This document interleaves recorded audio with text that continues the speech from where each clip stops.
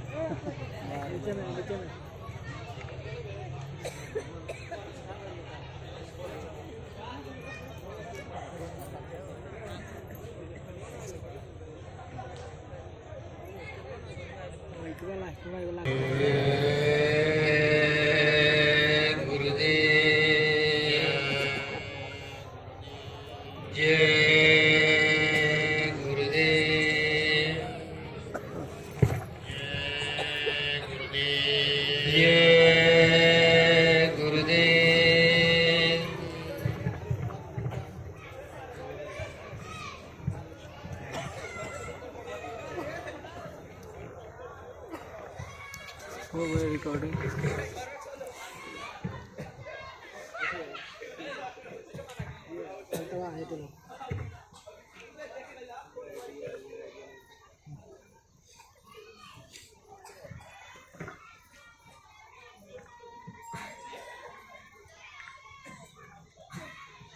हो रहा है.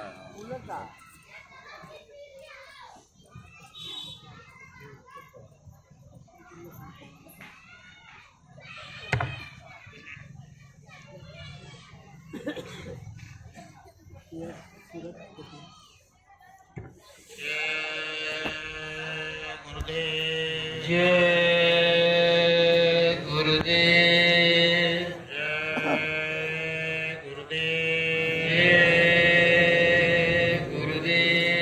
जय गुरुदेव नाम किसका? प्रभु का. जय गुरुदेव नाम किसका? प्रभु का. प्रभु का पावन नाम. जय गुरुदेव. समय का जागृत नाम. जय गुरुदेव. विश्व का कल्याणकारी नाम. जय गुरुदेव. घर घर में शांति लाने वाला नाम. जय गुरुदेव. जीवात्माओं का कल्याण करने वाला नाम. जय गुरुदेव. जय गुरुदेव. जय गुरुदेव.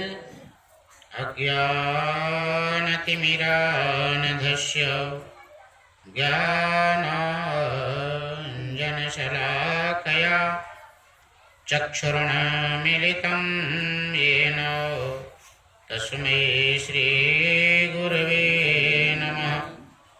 पिता स्वर्गः पिता धर्मः पिता हि परमं तपः. पितरि प्रीतिमापन्ने प्रियन्ते सर्वदेवताः. सर्वे भवन्तु सुखिनः सर्वे सन्तु निरामयाः. सर्वे भद्राणि पश्यन्तु मा कश्चित् दुःखभाग् भवेत्. जय गुरुदेव. जय गुरुदेव. शब्द रूप में सर्वत्र विराजमान परम पूज्य स्वामी जी महाराज, हम सबके संभालकर्ता पूज्य महाराज जी, इस पावन सत्संग स्थल पर उपस्थित पश्चिम चंपारण जिले के सत्संगी प्रेमी भाई बहनों, हम सबके अभिभावक आदरणीय राम सूरत बाबू, गणेश बाबू, प्रिय सतीर्थ आदरणीय पूर्णमासी भाई जी, सभी प्रखंडों से आए सत्संगी प्रेमी भाई बहनों, इस चकनी ग्राम बाजार के धर्म प्राण धर्मानुरागी बड़भागी सज्जन वृंद महानुभाव, शक्ति स्वरूपा भक्ति स्वरूपा माताएं बहनों, भविष्य के कर्णधार छात्र नौजवानों, प्यारे प्यारे छोटे बच्चों, यह आवाज जहां तक जा रही, सुनने वाली सभी जीवात्माओं, आप सबको मेरी तरफ से सादर जय गुरुदेव. जय गुरुदेव. यह परम सौभाग्य है हम सबका कि यह अवसर यह घड़ी हम सबको मिली। प्रेमी से प्रेमी मिले, गुरु भक्ति दृढ़ होए। गुरु भक्ति की दृढ़ता होती है जब प्रेमियों का मिलन एक जगह होता है। आज बड़भागी अवसर है, मैं इस धरती को नमन करना चाहता हूं। यह पवित्र पावन क्षेत्र है। एक बार मैं निवेदन करना चाहता हूं इस ग्राम के श्रद्धेय बड़े बुजुर्गों से, नौजवानों से, कि वो कदम अपने सत्संग स्थल की ओर बढ़ाएं। आज का दिन अमोलक है। ये फिर कल ऐसा दृश्य इस बाजार के प्रांगण में नहीं मिलेगा। बहुत सारे आप सुने होंगे प्रवचन सत्संग, लेकिन आज का जो यह वक्त के महात्मा का जो संदेशा आया है, वक्त के कामिल मुर्शिद का जो तकरीर आपके लिए आया है, जो कलाम आपके लिए आया है, इस रूहानी जो इबादत है, इस जिस्मानी मस्जिद जो ये शरीर है, इसमें कैसे कर सकते हैं, उसके बारे में जो निर्देश महात्मा के द्वारा, फकीर के द्वारा दिया गया है, वो आपको यहाँ बताया जाएगा। तकरीर करने के अधिकारी केवल संत होते हैं, फकीर होते हैं, दूसरा कोई अधिकारी नहीं है। लेकिन उनके मुख से कही हुई बातों को जब कोई प्रेमी सुन के आता है और वो बताता है, तो संत मत की मर्यादा में उसे भी हम सत्संग मानते हैं और वहीं दर्जा और वहीं अदब के साथ उसको हम सुनते हैं। इसलिए प्रेमियों, आज इस वक्त को नमन करता हूं। चूंकि जब से धरती बनी है, इस बाजार पर इतने ही लोग इसी मुद्रा में, इसी वेशभूषा में आज तक नहीं बैठे, और आज के बाद इतने ही लोग इसी वेशभूषा में यहाँ पर कभी नहीं बैठेंगे। यह है अवसर, यह है घड़ी। तो आज आप सबका बड़ा भाग्य अवसर होगा, आप सबके दर्शन करने का सौभाग्य मिला है। तो आप सब 1-2 घंटे का समय ज्यादा देर तक नहीं चलेगा, इसलिए जो वक्त का संदेश है आपके भलाई के लिए, आपके हित के लिए आया है, आप उसको सुनना ना भूलें। बोलिए जय गुरुदेव, जय गुरुदेव, जय गुरुदेव। भाइयों बहनों, जो ये तस्वीर आप सबके सामने लगी है, इनको लोग कहते हैं जय गुरुदेव बाबा, लेकिन ये बताते कि जय गुरुदेव मेरा नाम नहीं है। किसका नाम है? तो प्रभु का है, परमात्मा खुदा का नाम, गॉड का नाम है जय गुरुदेव। चूंकि समय समय से महात्मा बदले, नाम महात्मा के अधीन है, वो जिस नाम से जगा दें, तो ये उनके ऊपर, उनकी मौज के ऊपर है। जिस तरह से गांव बाजार में कोई आता है सामान बेचने वाला, आम बेचने वाला, फल बेचने वाला, उसको लोग क्या कहते हैं? ए आम इधर आओ। उसका आम नाम तो नहीं है, ए रिक्शा इधर आओ। लेकिन रिक्शा वाला आ जाता है कि नहीं आ जाता है? नहीं बोल रहे आप लोग? आ जाता है, लेकिन उसका नाम रिक्शा थोड़े है। उसी तरह से लोग कहने लगे, चुके ये सन 52 से जय गुरुदेव नाम का प्रचार करते रहे, तो लोग इनको जय गुरुदेव बाबा, जय गुरुदेव बाबा कहने लगे, और जय गुरुदेव बाबा कहने पर ये सुनने भी लगे उसी तरह से। तो प्रेमियों, लेकिन ये बताते, बार बार समझाते कि देखो जय गुरुदेव नाम किसका? प्रभु का, प्रभु का नाम। और ये इनके जाने के बाद 12 के बाद ये जो बगल में देख रहे बाबा उमाकांत जी महाराज, तो ये उनके जानशीन महात्मा हुए। उनके अधूरे काम को पूरा करने और वो जो आत्मिक दौलत दिए, जो भेद दिए हैं, रास्ता दिए हैं प्रभु प्राप्ति का, तो वो नाम की दौलत ये लोगों को बख्शिश कर रहे हैं अभी वर्तमान समय में। बड़े प्रेम प्यार से समझाते हैं। आवाज बढ़िया नहीं है बाबू, इसको ठीक करो। ऐसा कर दो बार बार छेड़ना न पड़े, ठीक कर। जय गुरुदेव। तो ये बड़े प्रेम प्यार से समझाते हैं कि देखो, हेलो, ये जो देश है ये हम सबका अपना देश नहीं। पहली बात, जय गुरुदेव।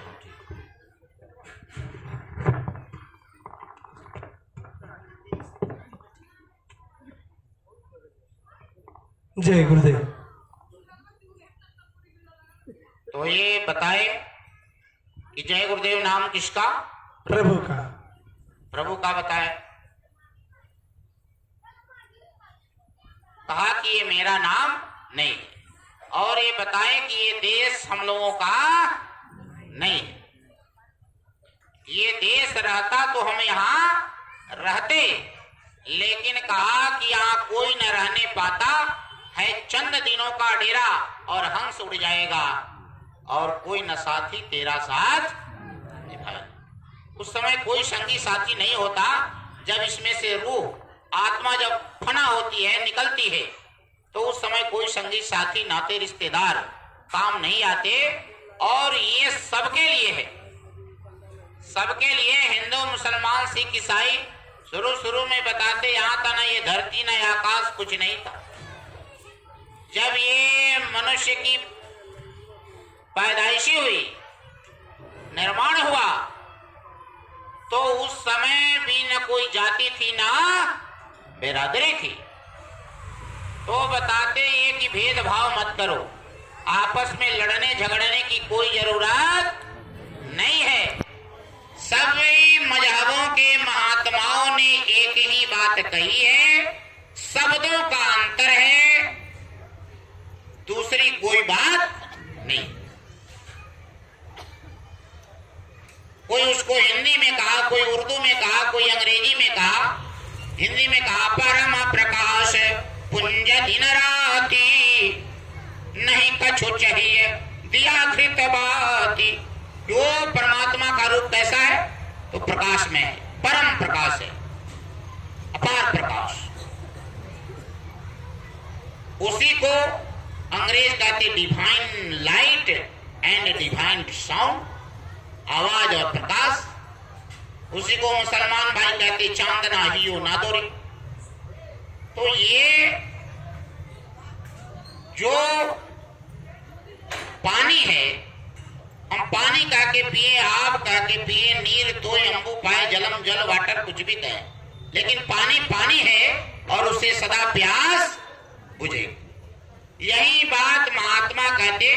और जय गुरुदेव मत में कोई नई बात नहीं होती। प्रथम प्रकट संत कबीर साहब आए, तब से लगातार प्रकट संतों का आना जारी है। उसके पहले गुप्त रहते थे लोग, अपना भेद नहीं बताए लोगों।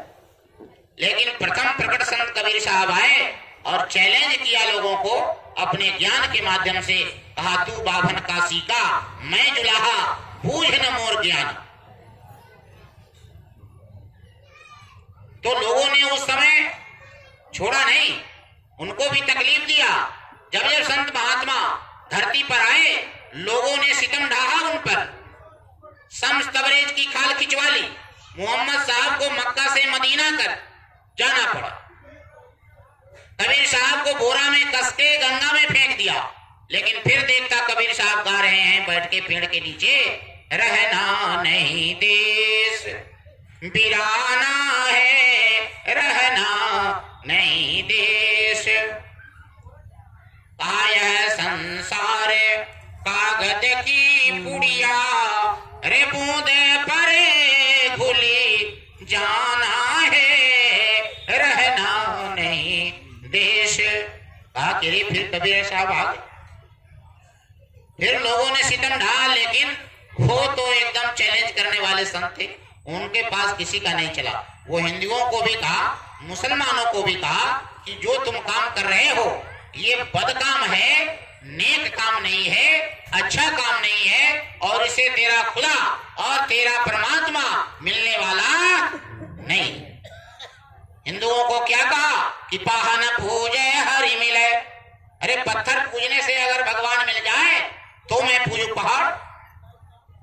बड़का पहाड़ पूज दे कि बड़का भगवान जल्दी मिल जाए।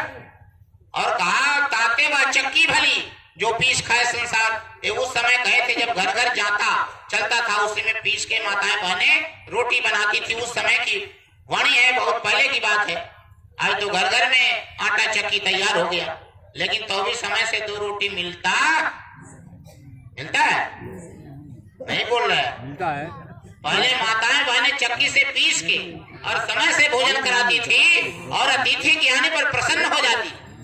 लेकिन आज मन भारी हो जाता है, कहते देखो ना फिर 2 आदमी कहां से चले।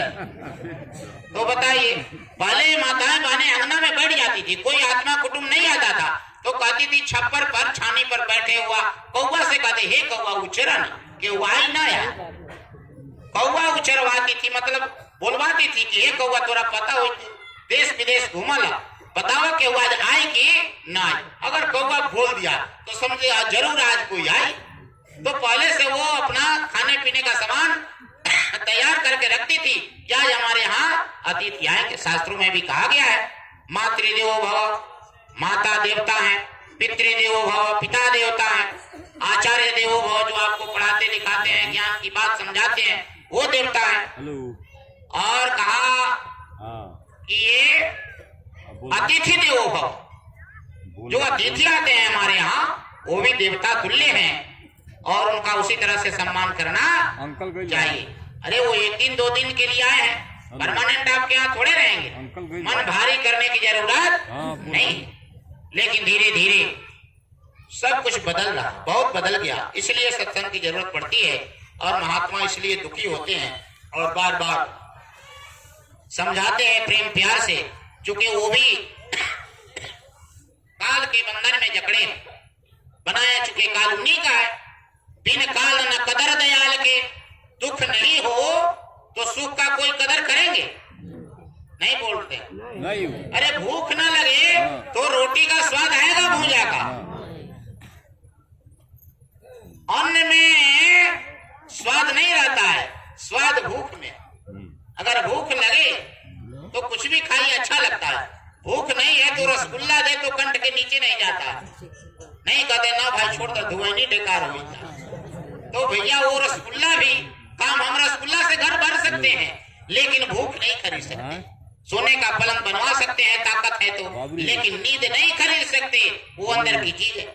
तो महात्मा जी बड़े प्रेम प्यार से समझाते हैं कि देखो ये देश तेरा, ये दुकान तेरा नहीं है, ये मकान तेरा नहीं है। लेकिन जैसे ये बात कहते हैं दसाच कहे ता मार न धाये, अझूठे जगपति आए। सच्ची बात कहे तो लोग को अच्छा नहीं लगता है। कहता हमने इतना परिश्रम से दुकान बनाया और इतना रोज इसमें सामान रखते, रोज बेचते हैं, रोज इसको आते हैं, वो पूजा करते हैं, और इतना मकान बड़े प्रेम प्यार से, कहाँ का ईंट, कहाँ का रोड़ा, और कहाँ से बालू लाए, कहाँ से गिट्टी, कहाँ के मिस्त्री, और कितना दिन पर एक एक ईंटा जोड़ के इतना बड़ा मकान बनाया। कहते तेरा नहीं है। थोड़ा देर के लिए झटका लगता है, अरे क्या बात महात्मा जी बता रहे हैं, लेकिन सही बात यही है। कहते मेरी जमीन है, हम दस्तावेजी जमीन लिखवाए हैं, लेकिन भैया खतियानी जमीन, दस्तावेजी जमीन किसी का रहा, किसी के लिए नहीं बोल रहे हैं। पर बाबा काके गए जमीन मेरी है, और पर पोता भी कहेगा जमीन मेरी है। जमीन के लिए हम हैं कि हमारे लिए जमीन है, विचार कर लीजिए। भोगा न भुक्ता वयमेव भुक्ता। भर्तृहरि ने लिखा कि हम लोग भोग नहीं भोगते हैं, भोग हम लोगों को भोग रहा है, भोग हम लोगों को भोग रहा है, हम लोग भोग के हवाले चले जा रहे हैं। तो कहा कि निशिचर एक सिंधु महर हई अकरी माया नभ के खगग हई। ये जो हमारे अंदर सूरत बैठी है, जीवात्मा बैठी है, ये नभ का खग है। और गहई छा है सकसो न बुढ़ाई। छाया मतलब माया। तो जो माया को पकड़ लेगा ये उड़ नहीं सकता। यही विधि सदा गगन चर खाई। और काल माया इसी तरह से जो गगन चर है, आकाश में नम्य उड़ने वाला है, और ये जो आत्मा इसमें बैठी है इसको खा रहा है, हमेशा आगे नहीं जाने दे रहा। तो कबीर साहब ने कहा, आज बाबा जी बड़े प्रेम प्यार से सबको समझा रहे हैं कि देखो जी, ये तीसरा यहाँ केवल शंकर जी को नहीं था, हमको भी है और तुम्हारे पास भी है, सबके पास है। लेकिन ये ढका हुआ है कर्मों के आवरण से। प्रारब्ध कर्म है जो पहले से है, संचित कर्म है, क्रियमाण कर्म है, नित्य कर्म है। सबके जो पर्दे पड़ते हैं वो इस जीवात्मा पर पड़ता है। बड़ी बारीक बात है, महीन बात है, महात्माओं के द्वारा सिद्ध किया वो की हुई बात है। तो प्रेमियों इस पर पर्दा पड़ता है। यक्ष से युधिष्ठिर महाराज से यक्ष ने प्रश्न पूछा था। जब प्यास लगी थी, भाइयों को पानी के लिए भेजे थे, तो एक यक्ष था जो नदी के किनारे बैठा था, आप सभी जानते हैं। तो वो कहा पहले मेरे प्रश्नों का उत्तर दे दो और तब जल पियो। ऐसा लोग नहीं करते थे, चूंकि उत्तर आता नहीं था उनको, तो सब पत्थर के बन जाते थे वहीं पर, और ढेर हो गए वहीं पर। अंत में युधिष्ठिर महाराज खुद आए, तो उनको भी कहा ठहरो, उनको भी तो प्यास लगी थी, अब पहले मेरे प्रश्नों का उत्तर दे दो तब पानी पियो। तो कहा पूछो भाई। तो कहा केन स्विदान आवृतो लोकः और केन स्विन्न प्रकाशते, केन त्यजति मित्राणि और केन स्वर्गम न गच्छति। कहा कि किससे यह संसार ढका हुआ है और किस कारण प्रकाशित नहीं होता, किस कारण लोग मित्र को छोड़ देते हैं और किस कारण लोग स्वर्ग नहीं जा पाते। युधिष्ठिर महाराज ने बताया कि अज्ञानेन आवृतो लोकः तमसा न प्रकाशते और लोभात् त्यजति मित्राणि संगात स्वर्गम न गच्छति। कहा कि अज्ञान से यह संसार ढका हुआ और अंधकार के कारण यह प्रकाशित नहीं हो पाता। लोभ के कारण लोग मित्र को छोड़ देते हैं और संगति के कारण लोग स्वर्ग नहीं जा पाते, नहीं जा पाते। तो प्रेमियों, ये जो बारीक विधान है कर्मों का, तो इसको महात्मा समझाते और बताते हैं कि देखो, ये हम देश के उस देश के रहने वाले हैं जहां से सभी देवता लोग उतरे हैं, और देवता को पुनः अपने घर जाने की इजाजत नहीं है, जा नहीं सकते, वो लोग के मालिक बना दिए गए हैं। और हम लोगों को एकदम डायरेक्ट टिकट है। वक्त के अगर गुरु मिल जाए, वक्त के आला फकीर मिल जाए, वक्त के संत सदगुरु मिल जाए, तो वो नाम बख्शीश करते हैं, रूहानी तकरीर देते हैं और उससे वो बताते हैं रास्ता, और उससे वो जीवात्मा संभल के अपने देश चली जाती है। तो ये कहा कि तीसरा यहाँ जहां माताएं बहनें टिकुली साटती हैं, बिंदियां लगाती हैं, उसी जगह जहां पुरुष लोग चंदन करते हैं, इसी जगह आत्मा के बैठने का स्थान। आत्मा में आवाज और प्रकाश है। इसको वैज्ञानिक लोग भी सिद्ध किया है और महात्मा तो बताते ही हैं। किसी ने कहा इसको छठा चक्र, किसी ने कहा आज्ञा चक्र, किसी ने कहा तीसरा तिल, किसी ने कहा तीसरा नेत्र, किसी ने कहा थर्ड आई, तमाम नाम महात्मा दिए। किसी ने इसको सूरत कहा, किसी ने राधा कहा, किसी ने सीता कहा, और किसी ने इसको क्या कहा, राधा कहा, और किसी ने इसको कहा पंगु पुरुष, और किसी ने इसको पनभरनी कहा। सदुक्कड़ी भाषा में, संत मत की भाषा में सभी लोगों ने अपना अलग अलग नाम दिया लेकिन कहते कि यहीं से काम होना है और इसी में आवाज और प्रकाश है, जिसके कारण पूरे शरीर में आवाज और प्रकाश है। जिस क्षण ये आवाज और प्रकाश अगर हाथ से खिंच गया तो ये पैरालाइज हो जाता है। दूसरा कुछ नहीं होता है, शरीर का ही अंग है, रहता ही है, लेकिन इसका प्रकाश खिंच गया। जिस क्षण पूरे शरीर से आवाज और प्रकाश खिंच जाए तो यह निष्प्राण हो जाता है और इसकी सांसें बंद हो जाती है।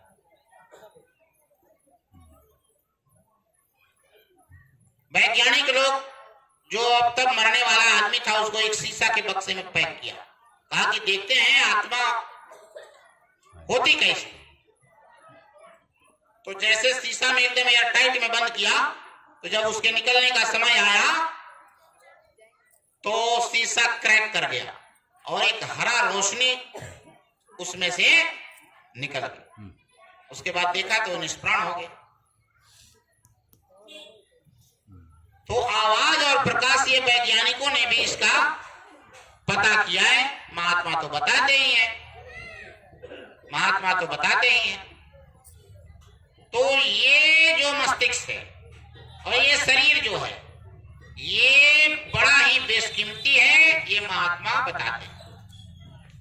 जल्दी मिलता नहीं है किसी को। कब हों करी करुणान हृदय देतई शबिन हेत सनेही। कृपा करके जन्मों जन्मों का जब पुंज इकट्ठा होता है तब मनुष्य शरीर मिलता है।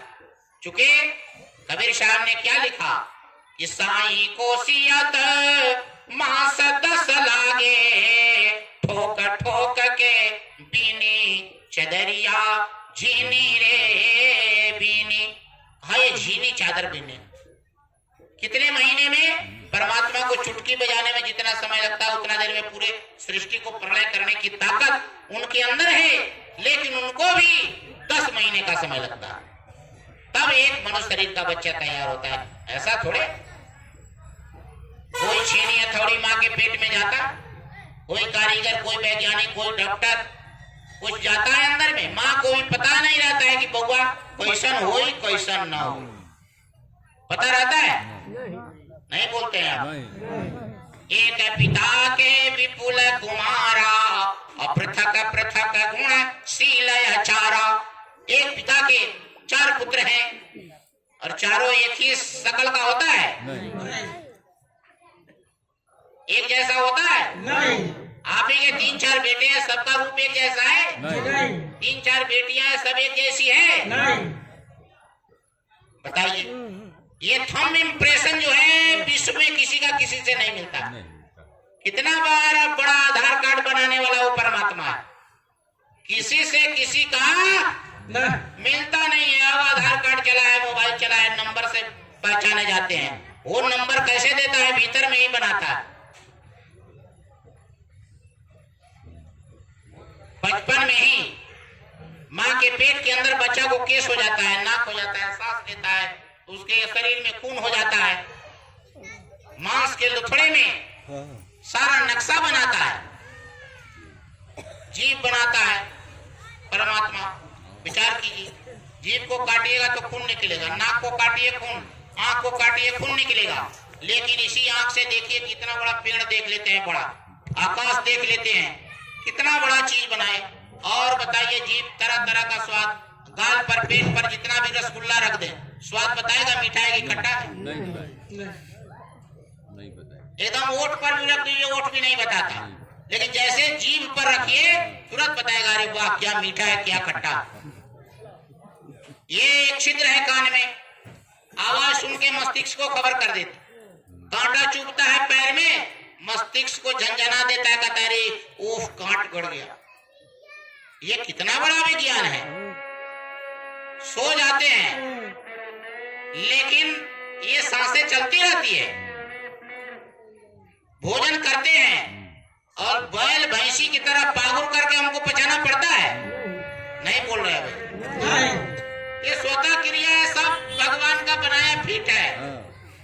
इतना विज्ञान बढ़ गया, रिसर्च पर रिसर्च हो रहा है, लेकिन आज तक खून बनाने की मशीन बनी नहीं बोल रहे आप।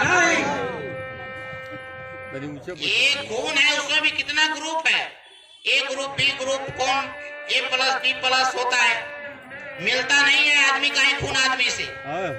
तो जानवर का खून आदमी से मिलेगा नहीं। लेकिन लोग क्या बकरी खस्सी सब काट के खा जा रहे हैं। खाने के लिए परमात्मा कितना सामान बनाया है, गिने तो गिन नहीं पाइएगा, इतना शाकाहारी वस्तु बनाया, चीज बनाया। एक गेहूं से कितना आइटम माताएं बहने से पूछिए, एक गेहूं के आटा से कितना वैरायटी बना देगा, एक चना के बेसन से कितना आइटम बना देगा। दिल्ली में एक लड़की 265 वैरायटी बनाई थी और प्रदर्शन करके लोगों को खिलाई भी थी, एक चना के बेसन से। आम है, देखिए कितने तरह का है, नहीं है? आप लोग कहते हैं आम तो फेमस है, किस्म किस्म का आम है, कटहल है, कितने तरह का। अरे कितना खा नहीं पाएंगे आप, गिन नहीं पाएंगे, इतना परमात्मा ने दिया है, लेकिन आप गला काट रहे हैं लोगों का। तो महात्मा बड़े प्रेम प्यार से समझाते कि देखो, एक तो ये देश तेरा नहीं है और दूसरे में गुनाह किए जा रहे हो, दूसरों को काटते जा रहे हो, तो इसे तेरा भगवान तेरा खुदा मिलने वाला है नहीं। माताएं बहनें रोटी पकाती हैं और रोटी पलटने के क्रम में कभी जल जाता है कि नहीं जल जाता है? चल जाता है, जलता है, चलता है। जब मैं अपनी बात करता हूँ, जब पढ़ने लिखने लगा तो गया बाहर उत्तर प्रदेश देवरिया जिला में, तो रोटी देखते थे माँ बनाती है तो ऊपर से जब फूलने लगता है तो दाबती है, तो हम भी उसी तरह से दावे तो पूरा हाथ चला गया रोटी के अंदर, तो इतना जलन हुआ जो क्या कहे। लेकिन बताइए, पूरा मुर्गा को पकड़ के लोग कंटर में डाल देता है, उसको कष्ट होता है कि नहीं होता? आपका थोड़ा सा जला तो जल गया, थोड़ा सा उंगली कट जाए दर्द होता है कि नहीं होता है? होता है। तो क्या उन जीवों को दर्द होता है कि नहीं होता है? सबको दर्द होता है। तो कहा, महात्मा बता रहे प्रेम प्यार से, देखो कि जीवों पर रहम करो। किसी भी धर्म मजहब में ये नहीं कहा है, क्या कहा? बिस्मिल्लाहिर्रहमानिर्रहीम, रहम करने की, सब पे रहम करो। कुदरत का बनाया हुआ जो सामान है उसको विनाश करना नहीं है। विनाश करने के लिए भगवान ने जीव बनाया है, कुदरत ने उसके लिए बाघ बनाया, शेर बनाया, बिल्ली बनाया, कुत्ता बनाया, ये सब मांसाहारी जीव है, उसके लिए नुकीला दांत बनाया है। हाँ, उसकी छोटी आंत बनाई है, हमारी आंत बड़ी लंबी है, तो वो तो बांस डालेंगे तो बचने के पहले सड़ जाएगा और तरह तरह की बीमारियां पैदा करता है कि नहीं करता है? विचार कर लीजिए। अभी दुर्गा पूजा का समय आया, छठ पर्व का समय आया, तो मांसाहारी बर्तन को लोग कहाँ छुपा दिए थे? विचार कीजिए, कोई अगर एक चम्मच लेके आ जाए तो माँ बने, बाप रे बाप, बड़ा खटखटा देवता, जुलुम हो जाए, जल्दी हटा, जुलुम हो जाए बउआ हो, ये सब पूजा ना हो। तो सब कहते हैं कि भाई जुलुम हो जाए, क्यों? वो चलावना में कितना देर चला, 1 घंटा 2 घंटा, यो तो भगवान का चलावना है छिपा में से मुंह में। ये भगवान का करछुल चलाना तो ये बना है, और उस सहाड़ी में रहा 1 घंटा 2 घंटा कुकर में, और ये पेट में कितना देर तक रहा? 24 घंटा। लेकिन इसको कोई फेंकता है इधर उधर जाके, कुटौली कुटौली चाहे नहारो पार वही फेंकता है लोग, यही छोलनिया, यही बर्तन लेके सब चलते हैं, पूजा करते, झूमते हुए, गाते हुए, गीत चलते। लेकिन विचार कीजिए, अपने मन से क्षमा है, अपने मन से गलती, समझते हैं कि अब पूजा हो गई, भगवान खुश हो गए, तो कैसे खुश होगा? अपना बेटा के लिए भगवती मान रहे हैं, दूसरा के बेटा के घेट काट रहे हैं। अब जैसे पारण हो जाता है, माता बहने क्या कहते, हे सुनैत बाड़ी तक कहा जाऊं मैं बाजार, मुंह फीका हो गया। अरे क्या मुंह है जो फीका हो गया भाई? तो विचार कीजिए, आप अपने बेटे को पालने के लिए दूसरे के बेटा को काट दीजिए। तो जो गल काटे और का और अपना लिया कटाए, और साईं के दरबार में बदला कभी नहीं जाता। ये बदला कभी नहीं जाता है। आप किसी को काटे तो वो भी आपको काटेगा, उसके लिए फिर आपको जन्म लेना पड़ेगा। ये जो बारीक विधान है, ये तो महात्मा देखते हैं जो अंतर में चढ़ाई करके अपने लोग को जाते तो लोग को बताते हैं, सबको समझाते हैं कि देखो ये मनुष्य मंदिर तुझको मिला है पाक साफ रखने के लिए, इसमें रूहानी इबादत करो, चूंकि जिस्मानी इबादत करने से आज तक किसी को कुछ मिला नहीं है। तो इसमें रूह आए बैठी, आत्मा बैठी, जहाँ गए छठा चक्र पे, और यहाँ से दरवाजा। इसी को कबीर साहब ने क्या कहा, आकाशे मुख अवधा कुआं और पाताले पनहारिण, हरता का पानी को हंसा पिए कहे कबीर बिचारी। कहा आकाश में कुआं है और डाउनवर्ड ओपन है, नीचे तरफ खुला है, लेकिन सामान्यतः कुआं नीचे और पनभरनी ऊपर से पानी भरती है। कहा कबीर दास की उल्टी बानी, बरसे कंबल भीजे पानी। ये समझने की बात है। तो ये जो मस्तिष्क है इसको सहस्त्र दल कमल चक्र है यहाँ, और उसके बाद यहाँ छठा चक्र, और यहाँ कंठ चक्र, हृदय चक्र, और फिर ये यहाँ नाभि चक्र और गुदा चक्र। तो अब उतना समय नहीं रहा जो गुदा चक्र से कुंडलिनी को जगा करके और फिर ये तमाम चक्रों का भेदन करते करते छठे चक्र पर आएगी, तब साधना बनेगी। तो उतना तो समय नहीं है। कलयुग में 100 वर्ष की औसत उम्र मिली है, और वो भी पूरा किसी का होने वाला नहीं है। विचार कर लीजिए, 100 वर्ष की औसत उम्र मिली है। गांव में कितने 100 पार करते हैं? बहुत कम। और सीधे उसमें से आधा घटा दीजिए। रात्रि का समय 50 साल तो रात हो गया, हुआ कि नहीं हुआ? दिन रात बराबर बराबर होता है ना? तो सीधे 50 साल तो रात का समय चला गया सोने का। अब बचपन का 10-15 साल घटा दीजिए, जिसमें होश ही नहीं रहता बच्चा को अच्छे बुरे का, क्या करना चाहिए क्या नहीं करना चाहिए। और कुछ बुढ़ापे का होता है कि नहीं, खटिया पर सोने का, खांसने का उम्र हो गए, बउआ होती का पानी दिया, होता है कि नहीं होता है? होता है। तो बुढ़ापे का कुछ हटा दीजिए, तो विचार कीजिए कितने दिन तक काम करने के लिए आपकी उम्र है। गुमान कौन काम के, रहन दीन चार हो, झमेल कौन काम के, रहन दीन चार हो, झमेल कौन काम के। किस पर नाज करते हैं?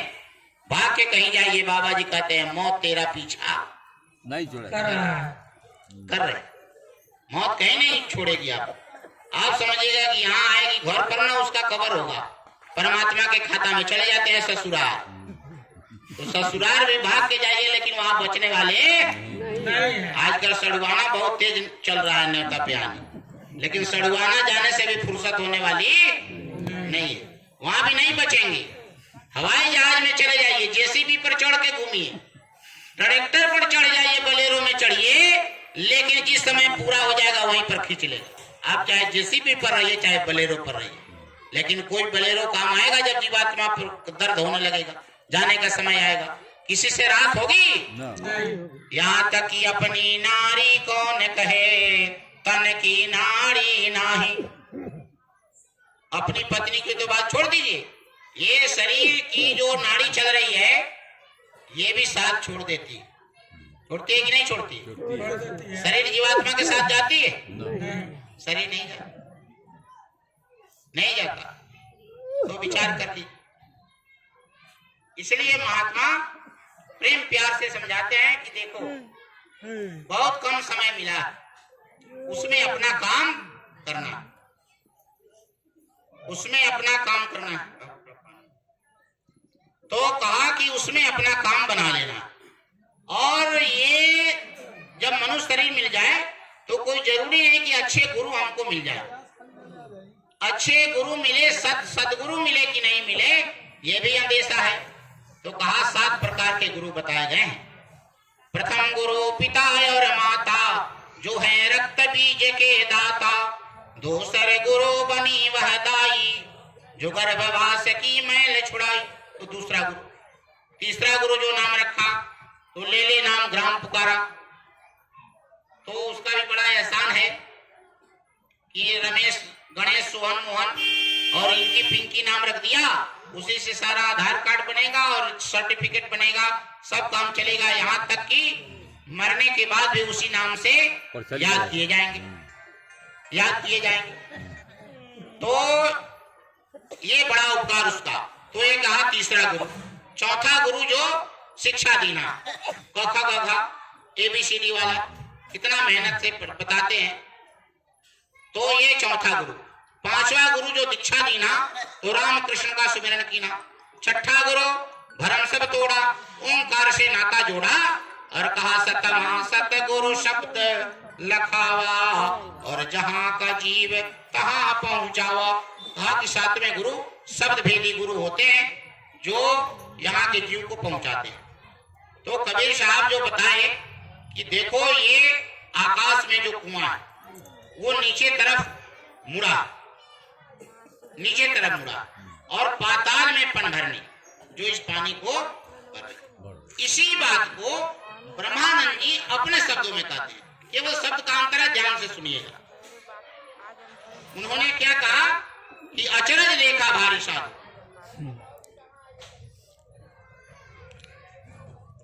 कहा अचरज देखा भारी,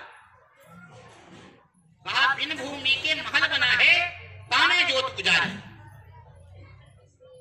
और कहा कि पंगु पुरुष चढ़े बिन सीढ़ी पीवे भर भर झारी रे। वो कहा कि गगन बीच अमृत के कुआं सदा झरे सुखकारी रे।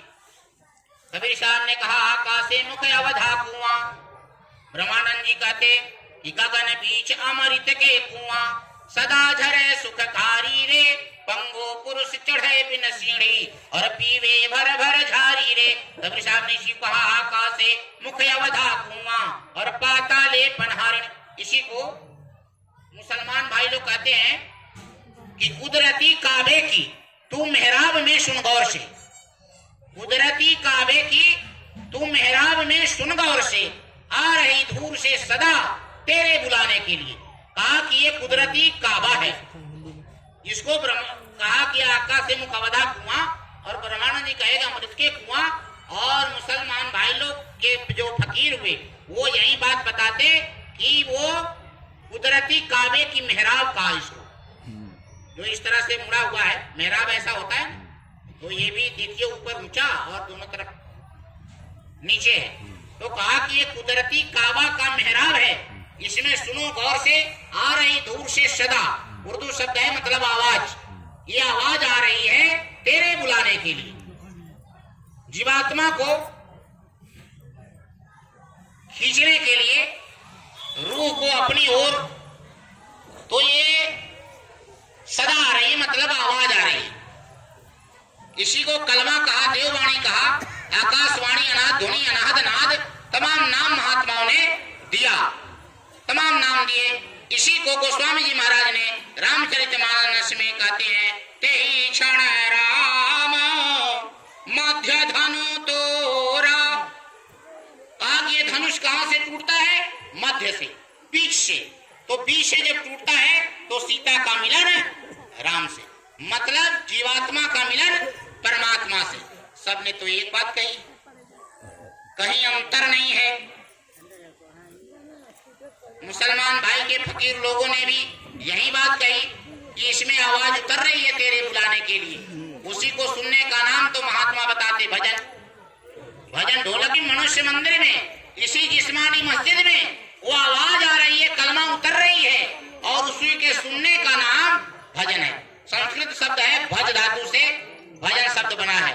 तो भज भजने है, बोलने अर्थ में। आगे है न, जिसमें बोली नहीं निकले, आवाज नहीं निकले, उसका नाम भजन है। अर्थात इसी मनुष्य शरीर में अपने आंख कान मुख को बंद करके और एकांत में जो आवाजें आ रही है, जो कलमा उतर रही, देववाणी आकाशवाणी अनाद ध्वनि अनहद नाद, उस परमात्मा के रूप से और उनके मुख से जो आवाज आ रही, उसको सुनने का नाम बाबा जी बताते भजन है संत मत में। और कहते कि ये कलिकाल का जो समय चल रहा है, तो इसमें गोस्वामी जी ने रामचरितमानस में स्पष्ट लिखा, लेकिन रोज लोग पढ़ते हैं, ढोलक झाल बजाते हैं और यज्ञ महायज्ञ बहुत सारा करते हैं, लेकिन समझ नहीं पाते, बता नहीं पाते लोगों को। रामचरितमानस का मंगलाचरण कहता है ईश्वर अंदर में है, बाहर में नहीं। वरना